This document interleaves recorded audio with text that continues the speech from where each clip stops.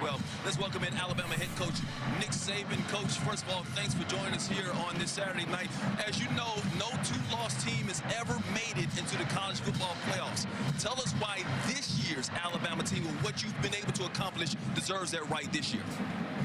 I think the whole goal is to get the best teams in. And what I would say to the committee or anyone else is if we played any of these teams that are on the edge or getting in, would we be the underdog or would we be the favorite? And I think if you can answer that question and the goal is to get the best teams in, then you would say they belong in there. You know, we lost 2 games on the road in a tough league to top 10 teams, one top 5 team on the last play of the game. We had our opportunities.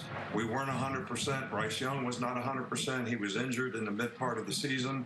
I think, you know, you show vulnerability when you get beat badly at the end of the season. Our team has played better at the end of the season. So that's kind of my reasoning. Coach, it's Brady here. I'm just kind of curious, as you talk through not only the tough schedule that you guys have played to a degree and a couple of those tight losses, who do you view then as the top 4 teams? Obviously, you guys see yourself, Alabama, as one. Who are the other 3 teams then? Well, I don't like to talk about other teams, but I think there's a lot of good teams out there. But I think when we talk about 1-loss teams versus 2-loss teams, you're looking just at metrics. Rather than circumstances that surrounded the games that were won or lost. And I think that is a huge impact on really who's the best team. Let's get the best teams in the game.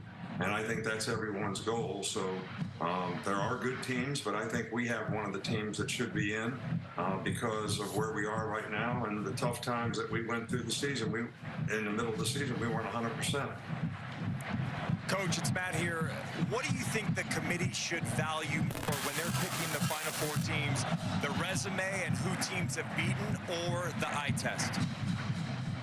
I don't know exactly what you mean by the eye test, but I think that the committee should look at how is a team playing right now relative to what the circumstances were of the entire body of work, what the competition you had to play against throughout the season. I don't think people realize how difficult it is in the SEC.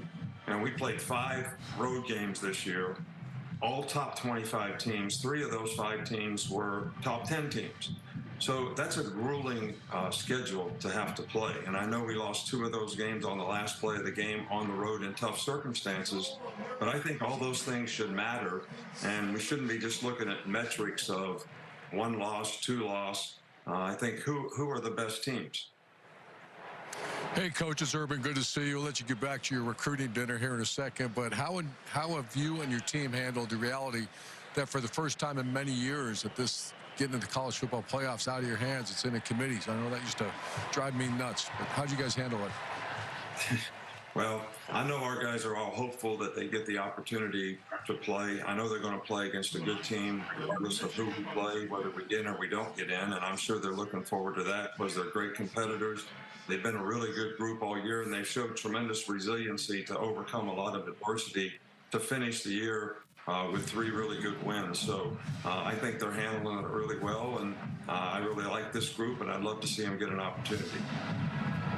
Hey, Coach Saban, thanks for joining us, man. This is Reggie Bush here. It's an honor to speak to you. Every year, we sit up here and we do this, and we try to figure out who are the top 4 teams. Do you think that expansion is the solution to college football? I think it's one of the solutions because I said when we went to a 14 playoff that bowl games would become relatively insignificant. They kind of have, and I think that's a shame because I think that was one of the great traditions of college football is that players could get a lot of positive self-gratification for playing in a nice bowl game, and so could their fans. So if that's the case, we might as well expand the playoffs to 12 teams. So at this time of the year, we'd have 20 to 25 teams probably still vying for positions to get in. There would be a lot more interest. I think it would be interesting to the fans. I'm not sure of the best way to implement a 12-team playoff, but I am in favor of doing that because I think, bowl games are not what they used to be. All right, we'll get that intrigue in a couple of years. Coach Saban, good luck tomorrow with the selection. Good luck wherever you're playing, whether it's in a bowl game or in the college football playoffs. And thanks for joining us here today on Fox Sports. Well, thank you so much. Let's just get the best teams in there.